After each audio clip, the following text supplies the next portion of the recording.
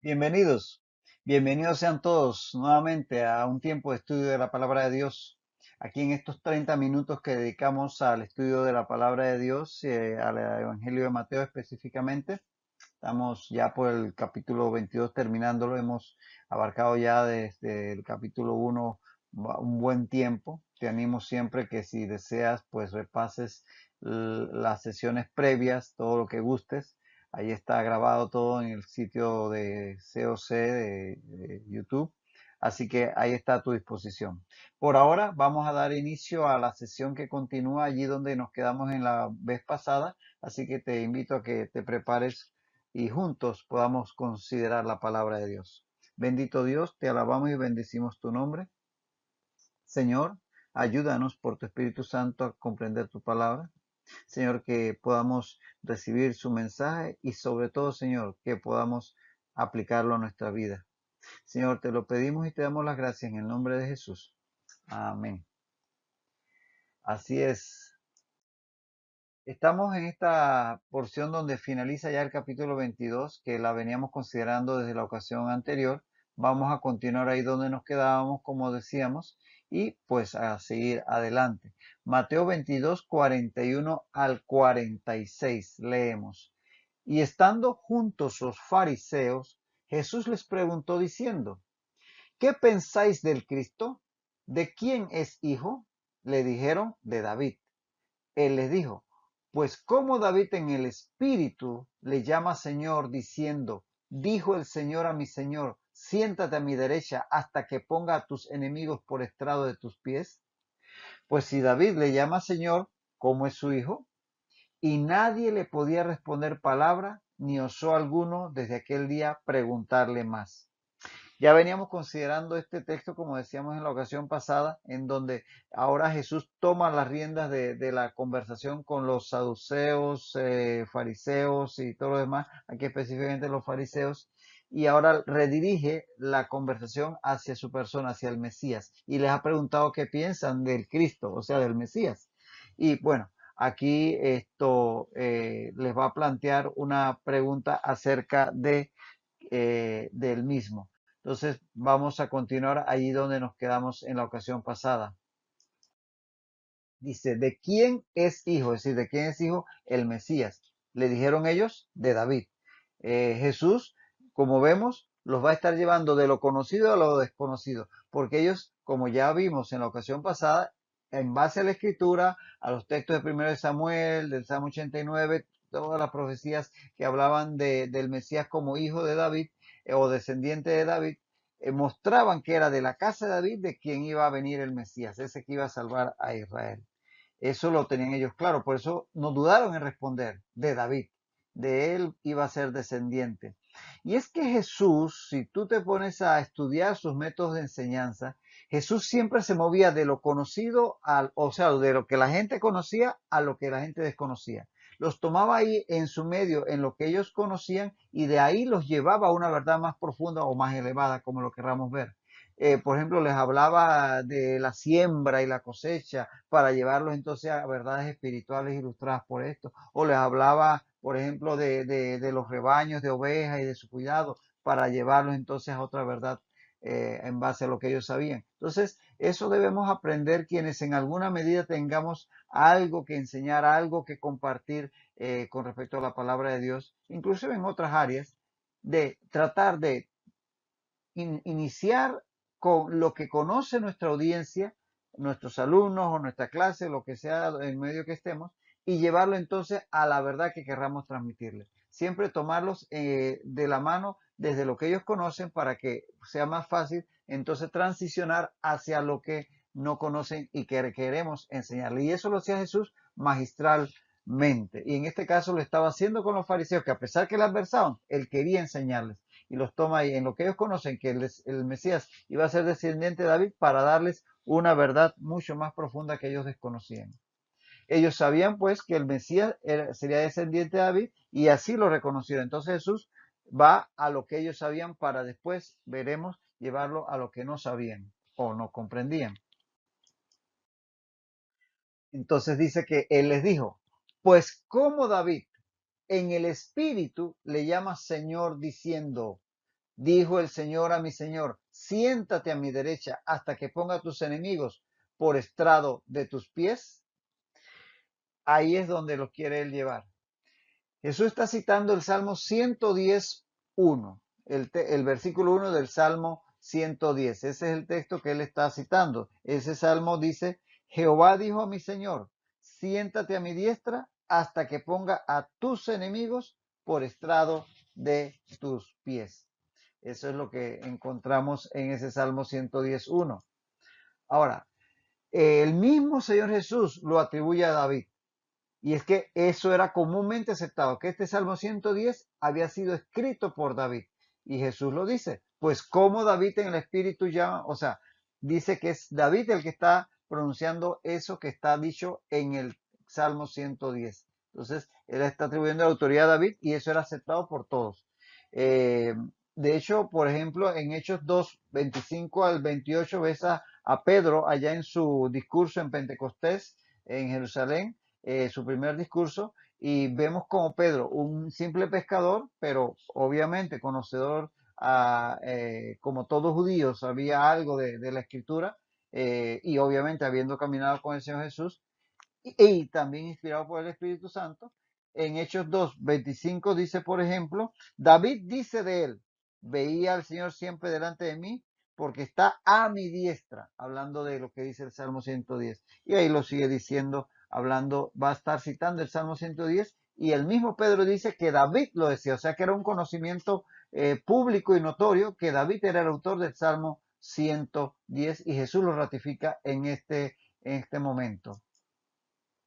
Y afirma inclusive Jesús que David escribió este salmo inspirado por el Espíritu Santo, porque dice, pues como David en el Espíritu le llama Señor.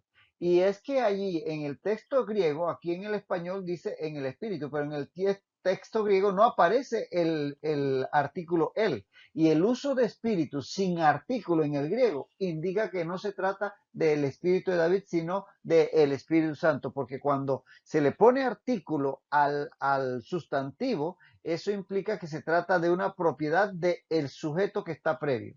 Entonces, si hubiera aparecido en el texto griego, lo hubiera escrito Mateo con el artículo para espíritu, se le hubiera referido al espíritu de David. O sea que David en su espíritu dijo aquello, no. En el texto original habla de David dijo en espíritu, si es que lo traducimos literalmente en el griego, y cuando no tiene artículo se refiere a un sustantivo propio. O sea que espíritu ahí es el Espíritu Santo, no el espíritu de David. De hecho, así lo traduce Marcos. En el pasaje paralelo de Marcos 12:36, en el pasaje paralelo de Marcos 12:36 leemos, David dijo por el Espíritu Santo, dijo el Señor a mi Señor, siéntate a mi diestra y todo eso. O sea, en Marcos sí dice por el Espíritu Santo. Acá Mateo sencillamente dice en el Espíritu, pero se refiere, como decíamos, como está escrito, es evidente que se refiere al Espíritu Santo y no al Espíritu de David. O sea que Jesús está aquí también afirmando la inspiración divina de este salmo, escrito por David, pero por inspiración divina a través del Espíritu Santo, como es la inspiración de toda la palabra de Dios.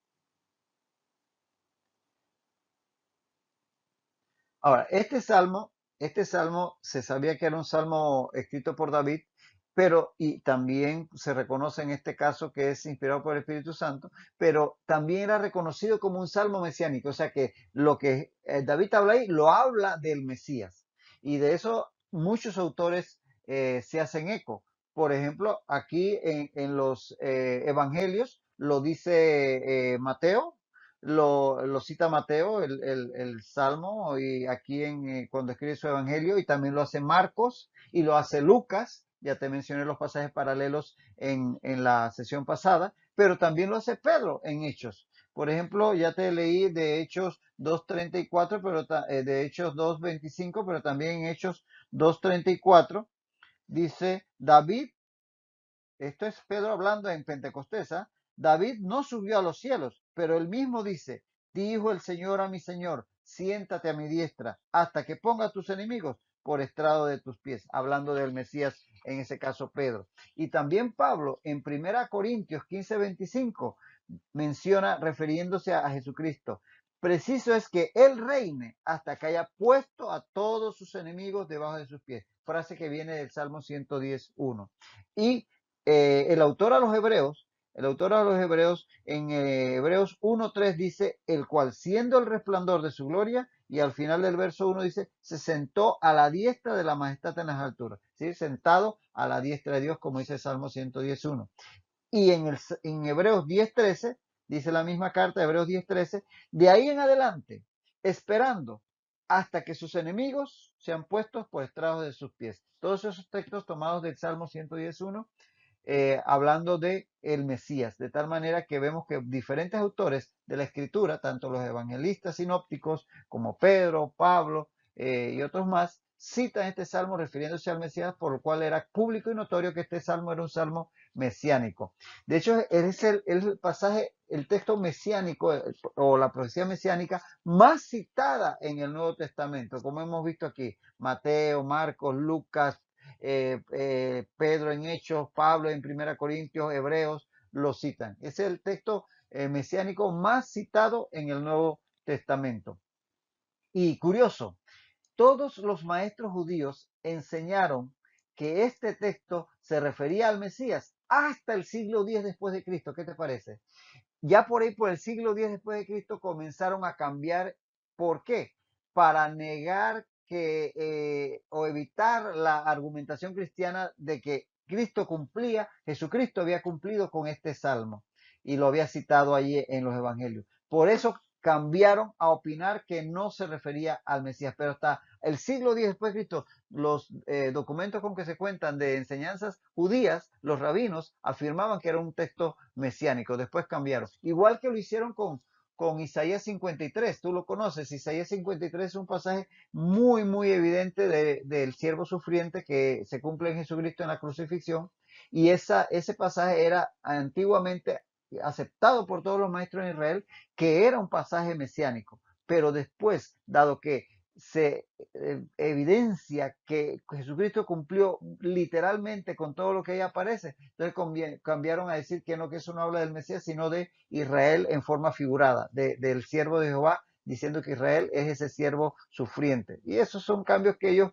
hicieron precisamente para evitar asumir lo que es evidente, que era profecía mesiánica pura y dura, donde se retrataba de cuerpo entero al Señor Jesucristo y que pues no hay más ciego que el que no quiera ver.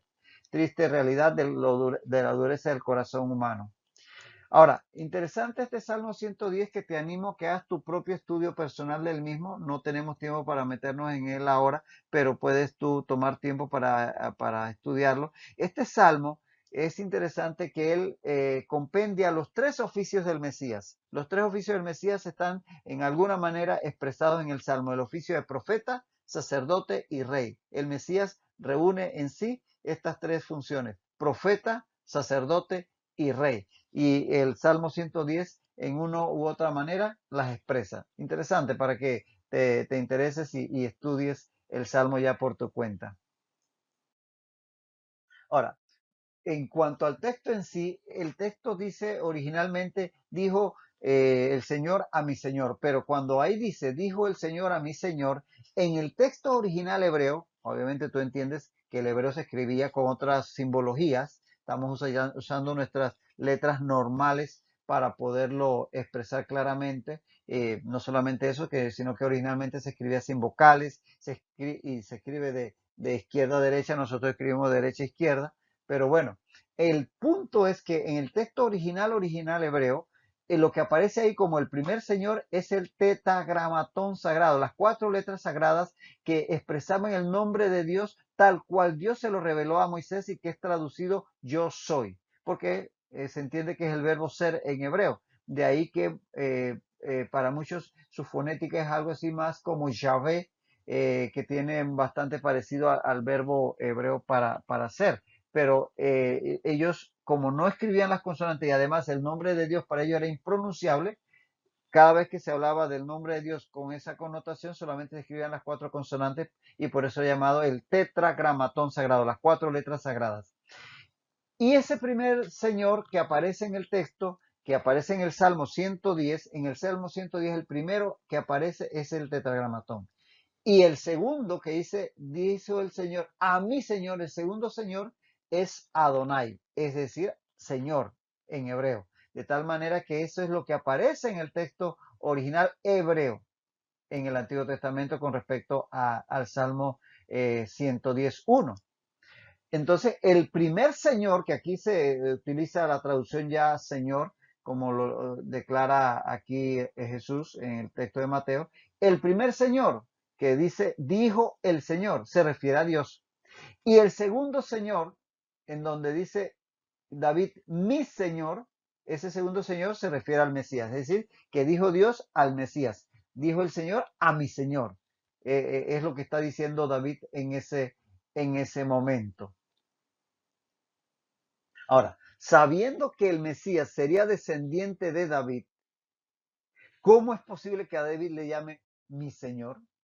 Es como si yo le dijera a mi hijo, Señor, ¿qué quieres que haga? Como si él fuera mi superior cuando soy yo su padre. Entonces, eso es lo paradójico que encierra una verdad tremenda en este texto, en el Salmo 110.1, que Jesús le está descubriendo aquí, para los que quieran verlo, delante de sus ojos. Que ese mismo Señor, que es descendiente de David, ese mismo Mesías, que es descendiente de David, a su vez es su Señor. Vamos a ver las implicaciones que eso tiene. Ahora, en ese sentido, quizás sea interesante entender algo. Este es un paréntesis, ¿ah? Este es un paréntesis, tómalo como tal para entender algo con respecto al nombre de Dios y ese tetragramatón sagrado y cómo llegó hoy día al nombre que aparece en las Biblias protestantes de Jehová. Déjame explicártelo para que lo tengas claro y no tengas problema con eso. Para empezar, esas cuatro letras sagradas, como decíamos, no tenían pronunciación porque los judíos, para ellos, el nombre de Dios era muy sagrado. Entonces, ¿qué hicieron? Comenzaron con el paso de los tiempos al traducir, al transcribir las escrituras, a poner en lugar de donde aparecía el tetragramatón, que tenía su pronunciación, lo que pasa es que ellos escribían sin vocales, pero además el nombre de Dios no lo pronunciaban por considerarlo muy sagrado, comenzaron a poner en lugar de esas cuatro letras la palabra Adonai, es decir, Señor en hebreo. Entonces sustituyeron todos los textos en donde aparecía esto por el Señor, por Adonai. Y eso lo estuvieron haciendo por siglos. Ahora bien, Adonai lo escribían con las tres consonantes, para ellos la Y, lo que representaba. Entiende que son letras hebreas, pero lo estamos poniendo en nuestra simbología para poder entender. La letra que sería la letra Y para ellos era una consonante. Entonces escribían Adonai DNI, porque escribían solamente los consonantes. Pero después con el tiempo comenzaron a poner lo que llamaron señales de vocalización, para que entonces la gente, ya después de pasados siglos, pudieran pronunciar sin tanto complicación las palabras, porque solamente el que sabía cómo se pronunciaba, lo pronunciaba correctamente. El que no sabía, leía solo consonantes y no sabía. Entonces comenzaron a ponerles estas señales de vocalización y le pusieron estas señales a Adonai para saber que era Adonai. Aparecían como unas apóstrofes con un superíndice al lado de las consonantes. Entonces así ya la gente sabía que eso se pronunciaba Adonai. Ahora, estas tres letras, estas tres vocales, pasado el tiempo, comenzaron a agregárselas a el tetragramatón, a donde aparecían las cuatro letras sagradas del nombre de Dios, y esto ya vino a ocurrir ya en la Edad Media. Por ejemplo, en la sección Keri, la sección Keri con Q, la sección Keri que contiene indicaciones para leer las sagradas escrituras hebreas, en ella se ponía la vocalización de Adonai sobre el nombre de Dios, es decir, sobre las letras del tetragramatón. De tal manera que comenzaron a aparecer entonces para allá, por ejemplo, hay textos que lo demuestran ya en el siglo XIII después de Cristo, ya aparece este tipo de escritura, donde a las cuatro letras sagradas le agregan las señales de vocalización de Adonai, puesto que habían sustituido originalmente esas cuatro letras por la palabra Adonai, entonces comenzó a haber una superposición para las cuatro letras sagradas agregándole las vocales de Adonai, y por eso entonces cuando ya viene a traducirse la escritura, por ejemplo, al inglés, aparece Jehová, por la combinación de las 4 letras del nombre de Dios con las 4 vocales de Adonai. Y de donde Casiodoro de Reina, cuando traduce la Biblia al castellano, pone Jehová, ahí donde aparecían las 4 letras. Cada vez que aparece Jehová es porque estaban originalmente el tetragramatón. Y de ahí vino el término Jehová, no era el término original. No nos confundamos con eso, pero para saber de dónde vino esa pronunciación. De hecho, hoy día las versiones más modernas de la Biblia, en donde aparece, por ejemplo, en las Biblias Reina Valera 60 hacia atrás, Jehová, ponen el Señor y no hay problema con eso, porque tú puedes dirigirte a Dios, como Padre, como Señor. Él es el yo soy, es el término literal de su nombre, pero ciertamente es para que tengamos claro cómo se derivó esto y por ahí si alguien te quiere confundir, no lo permitas.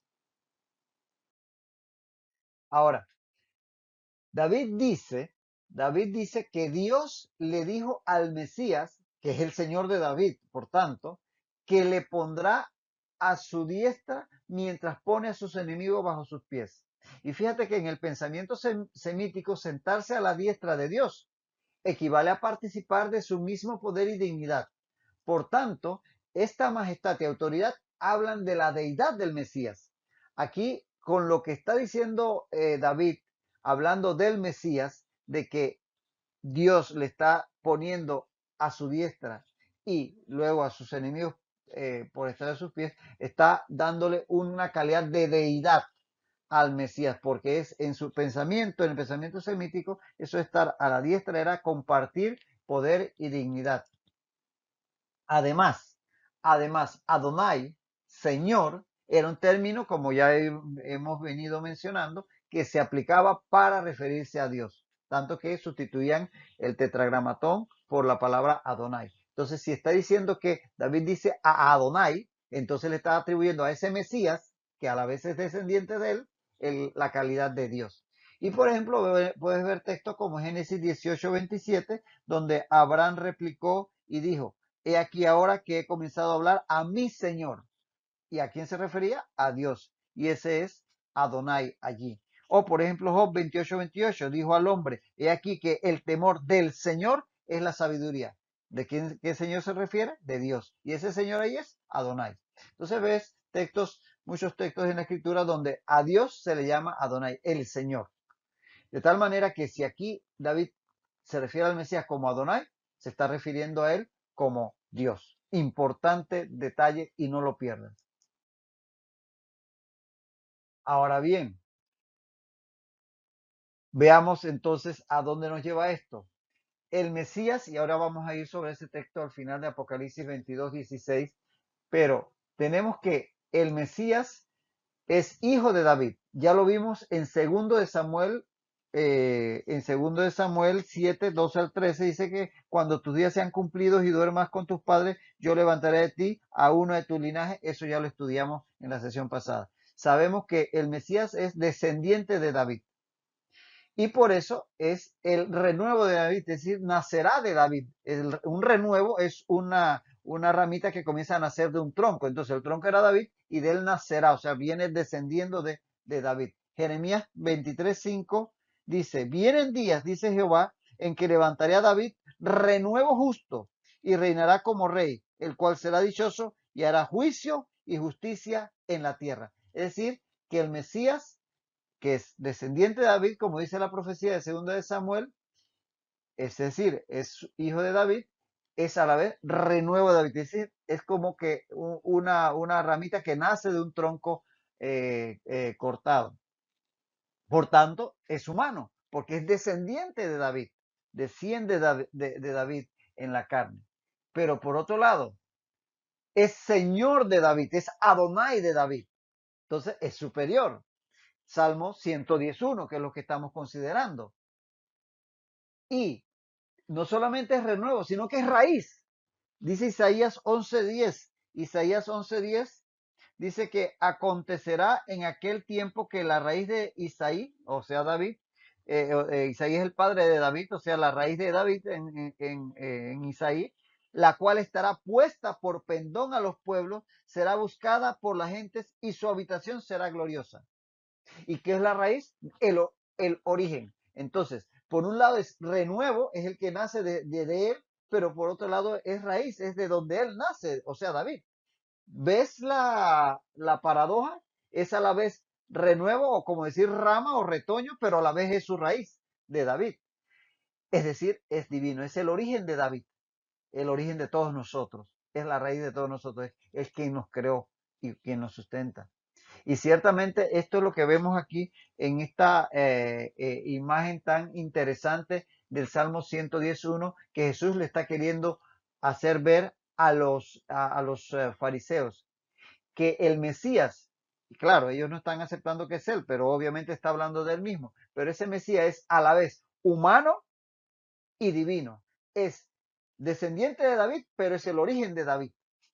Es, es renuevo, pero a la vez es raíz.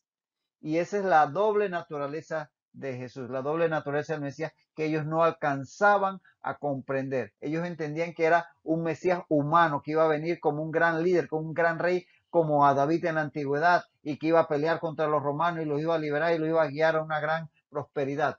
No entendían que era Dios mismo, que es el origen de toda la humanidad, incluyendo de David, su raíz, el que iba a venir. Pero obviamente hecho hombre a través de María, que era descendiente de David. Y por eso Apocalipsis 22:16, Apocalipsis 22:16 dice, yo Jesús he enviado mi ángel para daros testimonio de estas cosas en las iglesias, dice Jesús. Yo soy la raíz y el linaje de David. ¿Lo ves? Y sigue diciendo la estrella resplandeciente de la mañana. Él mismo en Apocalipsis 22:16 dice que él es la raíz, o sea, el origen, y el linaje, o sea, el renuevo, el que nace de David. Interesante cómo aquí se expresa de una forma, con una profundidad teológica tremenda, la doble naturaleza del Mesías. Hombre, descendiente en la carne de David, pero a la vez Dios hecho hombre. El origen de toda la raza humana, incluyendo de David, su raíz, pero también su renuevo. Importante, y eso es lo que él quiere explicarles a ellos. Pues si David le llama Señor, dice él, ¿cómo es su hijo? Dice, y nadie podía responderle palabra, ni osó alguno desde aquel día preguntarle más. La conclusión era obvia. El Mesías, que humanamente descendería de David, era su Señor, o sea, Dios mismo. Tal conclusión equivalía a admitir la divinidad del Mesías, o sea, de Jesús. Obviamente ellos no iban a aceptarlo, pero para empezar, esto los dejó patidifusos, como dicen, esta revelación de la divinidad del Mesías que ellos hasta ese momento no lo habían visualizado, mucho menos aceptar que Jesús lo era. Entonces, ante la imposibilidad de rebatir tal argumento y ante su negativa a admitirlo, sobre todo de que Jesús era el Mesías, sencillamente callaron. O sea, la respuesta era obvia, pero ellos, a pesar de conocerla, prefirieron callar. No por ignorancia, sino por el rechazo que tenían hacia Jesús. De tal manera que es interesante, Jesús había respondido todas sus preguntas, pero ellos no pudieron responder la única pregunta que él les hizo y sencillamente prefirieron callar. Y bueno, ciertamente, callar por ignorancia, yo diría que es de sabios, pero callar por rebeldía, por rechazo, por odio, eso definitivamente que es más bien de personas que no actúan sabiamente, todo lo contrario. Y estas personas, a pesar de que la verdad era evidente, que la respuesta era evidente ante sus ojos, prefirieron callar por su rechazo a Jesús. Bueno, con esto terminamos el capítulo 22. En la próxima sesión comenzamos el capítulo 23, así que te invito a acompañarnos a seguir en este caminar a través del Evangelio de Mateo para que podamos seguir recibiendo de la palabra de Dios la enseñanza para nuestro andar diario. Hasta entonces, que el Señor siga bendiciendo tu vida rica y abundantemente.